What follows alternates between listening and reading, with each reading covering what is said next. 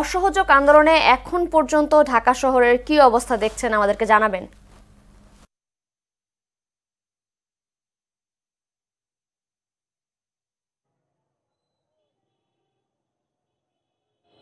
মার্জিয়া, কদিন ধরেই কিন্তু রাজধানী সহ সারা দেশে অস্থিতিশীল পরিবেশ বিরাজ করছে।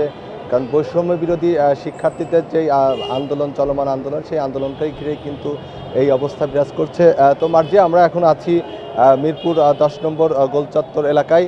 তো এখানকার পরিস্থিতি যদি আমি একটু জানাতে চাই, তো এখানে কিন্তু দোকানপাট, ফুটপাত থেকে শুরু করে দোকানপাট কিন্তু সব বন্ধ।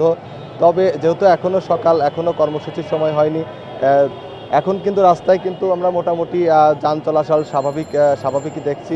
কয়েকটি গণপরিবহনও চলাচল করছে এবং পর্যাপ্ত পরিমাণ রিক্সা এবং অটোরিকশা রয়েছে রাস্তায়। আরেকটি ব্যাপার হচ্ছে যে গতকাল বৈষম্য বিরোধী আন্দোলনের যে অন্যতম সমন্বয়ক নাহিদ হাসান, সে শহীদ মিনার থেকে ঘোষণা দিয়েছে যে সর্বাত্মক তাদের এক দফা দাবি আদায়ে সর্বাত্মক অসহযোগ আন্দোলনের ডাক দিয়েছেন এবং সেই আন্দোলনের কারণেই কিন্তু তারা ঘোষণা দিয়েছেন রাজধানীর বিভিন্ন পয়েন্টে তারা অবস্থান নেবে।